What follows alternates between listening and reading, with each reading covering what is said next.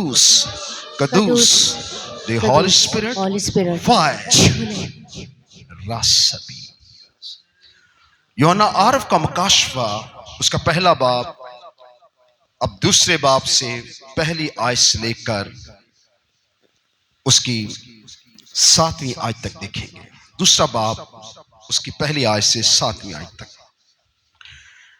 Ephesus की कलीसिया के फरिश्ते को लिख के, जो अपने दाहिने हाथ में सितारे लिए हुए है और सोने के 7 चिरागदानों में फिरता है, वो ये फरमाता है कि मैं तेरे काम और तेरी मशक्कत और तेरा सब्र तो जानता हूं, और ये भी कि तू बदों को देख नहीं सकता, और जो अपने आप को रसूल कहते हैं और है नहीं, तूने उनको आजमा कर झूठा पाया, और तू सब्र करता है और मेरे नाम की खातिर मुसीबत उठाते उठाते थका नहीं है। मगर मुझको तुझसे ये शिकायत है कि तूने अपनी पहली सी मोहब्बत छोड़ दी है। बस ख्याल करके तू कहां से गिरा है, तौबा करके पहले की तरह काम कर, और अगर तू तौबा ना करेगा तो मैं तेरे पास आकर तेरे चिरागदान को उसकी जगह से हटा दूंगा। अलबत्ता तुझ में ये बात तो है कि तू नकीलियों के कामों से नफरत रखता है, जिनसे मैं भी नफरत रखता हूं। जिसके कान वो सुने कि रूह कलीसियाओं से क्या फरमाता है। जो गालिब आए मैं उसे उसकी उस जिंदगी के दरख्त में से जो खुदा के फरदौस में है फल खाने को दूंगा। खुदा का पाक कलाम पढ़ा और सुना जाना हम सबकी बाई से बरकत हो। करो। कितने लोग चाहते हैं कि आज के कलाम से हमारे फल बदल जाए। हालेलुया। आज के कलाम से हमारी कमजोरियां जहां से हम गिरे हैं रूहानी तौर पर फिर उठ खड़े हों। हालेलुया। और अपने आप को खुदा की बादशाही के लिए तैयार कर लें। आमीन। क्योंकि हम रैप्चर होने वाले हैं, क्योंकि यीशु आने तो चाहते हैं ये बरकत मेरे साथ जाए। आमीन। आइए बुलंद नारे के साथ खुदा के कलाम की ताज़ीम करेंगे। हालेलुया। हालेलुया। यीशु के खून में, यीशु नाम में पाक खुदावन को वेलकम करते हुए जोरदार हाथों से, हालेलुया, जोरदार हाथों से पाक खुदावन को वेलकम करेंगे ताकि हम पाक खुदावन से कलाम सुन सकें।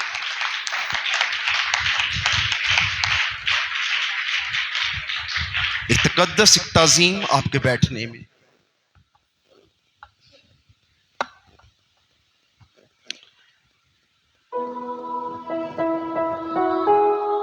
इफिसस की कलीसिया उन 7 कलीसियों में से थी जिस पर पौलुस रसूल ने बड़ी मेहनत की। ये अतमस की देवी के मंदिर के पास ये कलीसिया खड़ी हुई।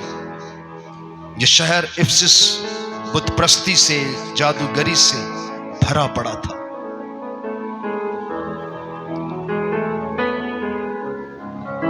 मगर खुदा का कलाम जब यहां पहुंचा और खुदा के मौजज़ात और जलाल ने वहां के लोगों को बताया कि आसमान और जमीन के तले एक जिंदा खुदा है।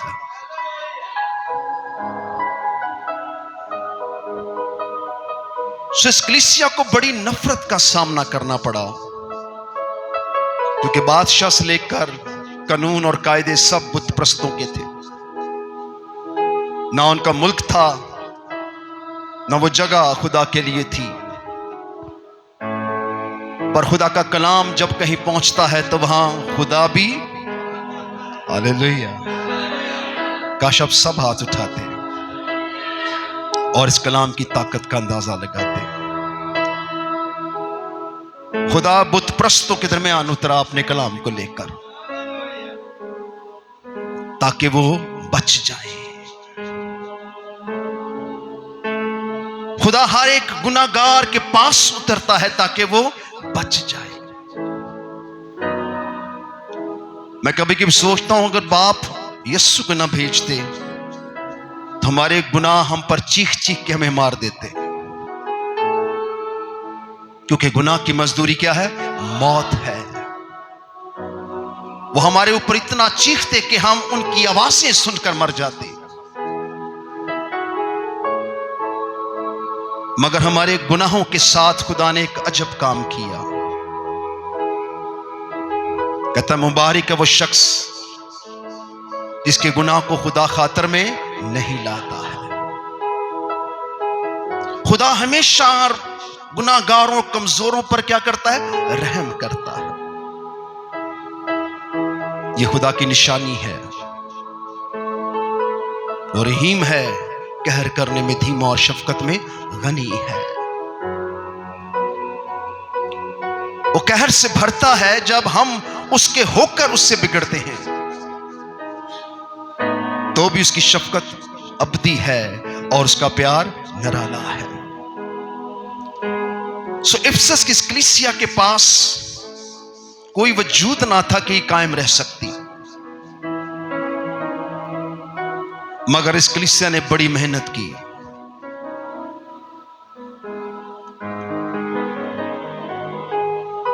आप लोग शायद इतनी मेहनत नहीं करते जितनी इस कलीसिया ने मेहनत की, लेकिन अब वक्त है कि हम भी क्या करें? मेहनत करें। ना सिर्फ अपनी जान को बल्कि उन सबको बचाएं जिनको बचाने की खुदा भी क्या रखता है? ख्वाहिश रखता है। यह खिदमत सिर्फ खादमों का काम नहीं, कलीसिया का काम भी है कि वो रूहों को बचाएं, वो लोगों को खुदा के घर में लाएं, खुदा की इबादत में लाएं, खुदा की नजदीकी में लाएं, निजात और तौबा की तरफ उनको मायल करें, क्योंकि वक्त क्या है? नजदीक है। सो इस नबूवत की किताब को पढ़ने वाला, सुनने वाला और जो कुछ इसमें लिखा है इस पर अमल करने वाले क्या है? क्या है? क्या है? आप सब क्या है? मुबारक है, क्योंकि आप मकाशवा में से खुदा का कलाम सुन रहे हैं। सो मकाशवा को कलाम है जिससे आपकी तकदीर बदल जाएगी। ये वो फ्यूचर है जो लोगों के पास नहीं है। ये वो मोहर देता है जिससे आप आसमान की बादशाही में दाखिल हो सकेंगे। सो मकाशवा की किताब हमें गहरे भेद में लेके जाना चाहती है। मकाशवा का कलाम हमें एज ए दुल्हन, एज ए कलीसिया देखता है। और जब हम यीशु की कलीसिया हैं, यीशु की दुल्हन हैं, तो हमारा रुतबा मकाशवा का कलाम बताता है कि बहुत अलग और जुदा है। आपको खास दिन के लिए, खास मकसद के लिए खुदा ने पैदा किया और चुना। हम सब भी बुत प्रस्त घरानों से तल्लक रखते थे। हमारे बाप दादा बुत प्रस्त थे। आज भी हमारे अंदर बहुत सी कबाहतें और गंदगियां और कमजोरियां पाई जाती हैं। इसके बावजूद भी खुदा हमसे मोहब्बत रखता है। सो इफिसस की कलीसिया के फरिश्ते को लिख, जो अपने दाहिने हाथ में सितारे लिए हुए है और सोने के साथ चिरागदानों में फिरता है, वो ये फरमाता है कि मैं तेरे काम और तेरी मशक्कत और तेरा सब्र को जानता हूं, और ये भी कि तू बदों को देख नहीं सकता, जो अपने आप को रसूल कहते हैं और है नहीं, तूने उनको आजमाकर झूठा पाया। इफिसस की कलीसिया का फरिश्ता यहां खादम को कहा गया है, जो कलीसिया को रन करता है, जो कलीसिया को चलाता है, कलीसिया को कलाम सुनाता है। इफिसस के खादम को कहा गया है कि तू अपनी ड्यूटी को, अपने काम को जरा तंदुरुस्ती और सेहतमंदी से करना शुरू कर, ताकि मैं इन बुत प्रस्त कौमों को जो हलाक हो जाएंगी जिंदगी दे सकूं। ये जो बुतों और कब्रों की प्रस्तशें करते हैं, इस जिंदा खुदा को जान सके।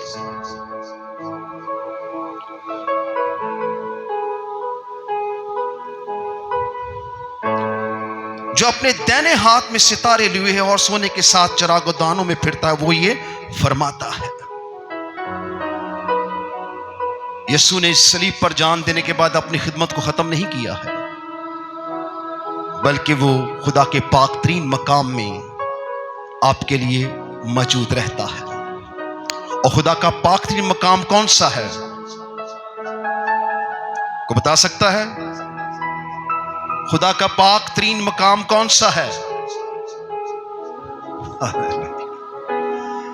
मैंने बहुत सिखाया है आपको, लेकिन जब भी आपसे पूछा गया है आप उलझ जाते हैं। सोने के चिरागदान क्या हैं? 7 कलीसियां हैं, और यीशु कलीसियों के दरमियान चलता और फिरता है। उन्हें पाक और साफ करता है। सो यीशु हमारे दरमियान है और हम पाकतरीन बड़ा डर के कहते हैं, हम पाकतरीन, बड़ी दबी सी आवाज है, हम पाकतरीन। आप सोचती हैं मैं तो ऐसा नहीं हूं, मैं तो पाक नहीं हूं। आप नहीं पाक, आपको पाक किया गया है।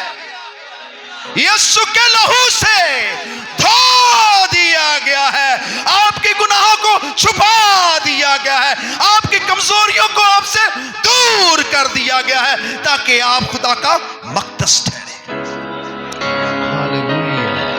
एक डरी डरी सी आवाज के साथ मैं भी कहता हूं हालेलुया, हालेलुया। ये आप जैसा कह रहा हूं, आप भी मेरी तरह कह रहे हैं हालेलुया, हालेलुया। इसे ठीक करते हैं हालेलुया। ये गरज की आवाज से बोलते हैं हालेलुया, हालेलुया, हालेलुया। के मतलब खुदा की तारीफ हो जिसने हमारे लिए बड़े बड़े काम किए। हम सोचते हैं शायद हमारा बदन खुदा की हैकल नहीं है। हम हैं खुदा का मक़दस। हालेलुया। सब कौमों से जुदा, सब उम्मतों से जुदा, अपनी जात से भी जुदा, अपने खानदानों से जुदा, अपने गुनाहों से जुदा, अपनी मौत और हर चीज से जो खुदा के खिलाफ है उससे जुदा होकर हम खुदा की क्या है? दुल्हन है। और वो 7 चिरागदानों की, यानी कि वो हमारे दरमियान फिरता है, क्योंकि वो हमारी क्या करता है? हिफाजत करता है। यीशु ने आपको मकाम बख्श दिया है। वो गारे मट्टी के घरों में नहीं रहता है। उसने कहा तुम खुदा का क्या हो? मक़दस हो, मैं तुम में रहता हूं।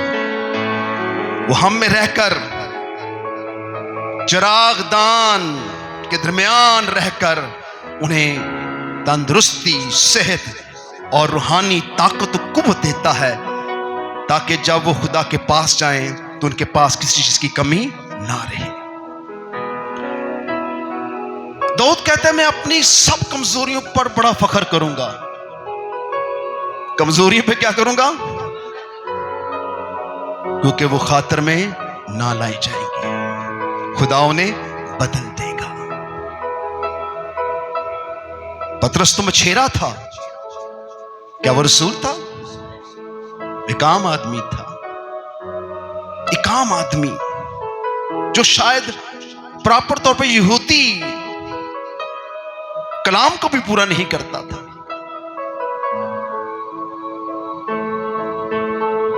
और वो बिल्कुल अलग दुनिया में जिंदगी बसर कर रहा था।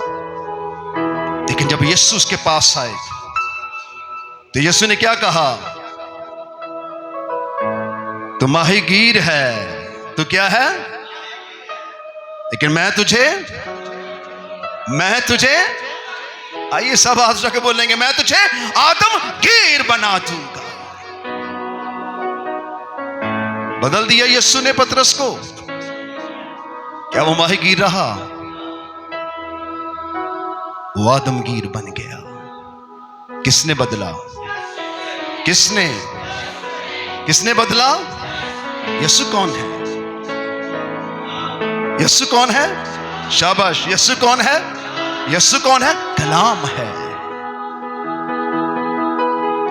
जब उसे कहा मैं तुझे माहीगीर से आदमगीर बनाऊंगा, तो पतरस यीशु के पीछे चल पड़ा, क्योंकि वो माहीगीर ना रहा बल्कि आदमगीर बन गया। वो इब्ने आदम के पीछे चल पड़ा। Hallelujah, hallelujah. फिर यीशु ने पतरस से क्या कहा? मैं तुझ पर अपनी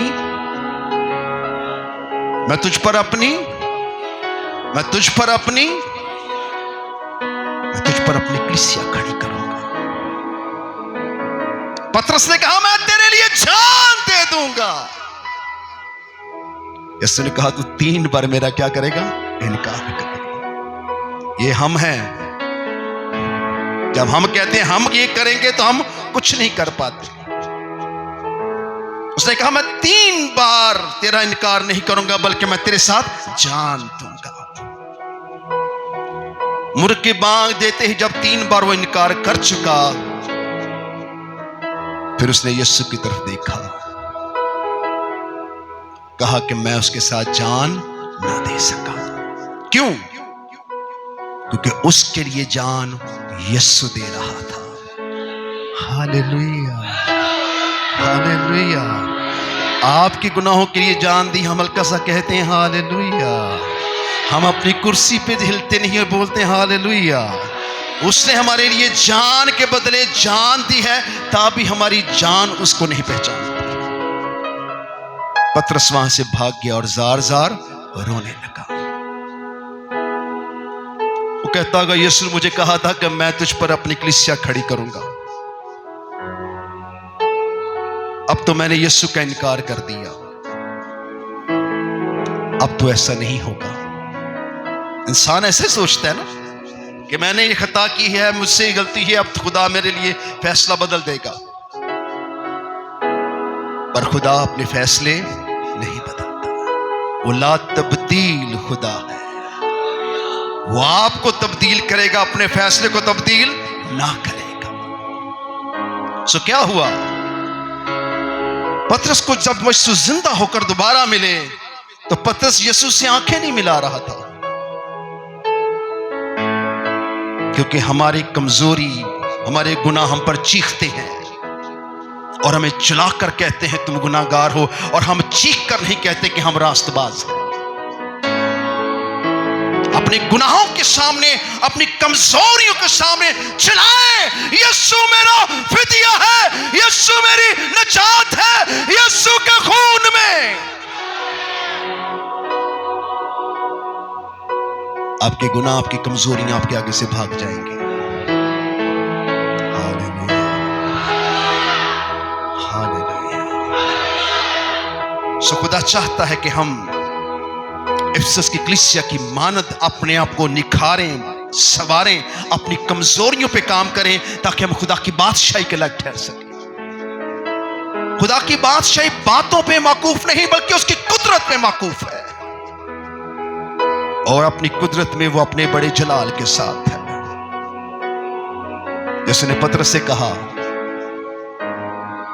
पतरस क्या तुम मुझसे मोहब्बत रखता है? पतरस क्या कहता है?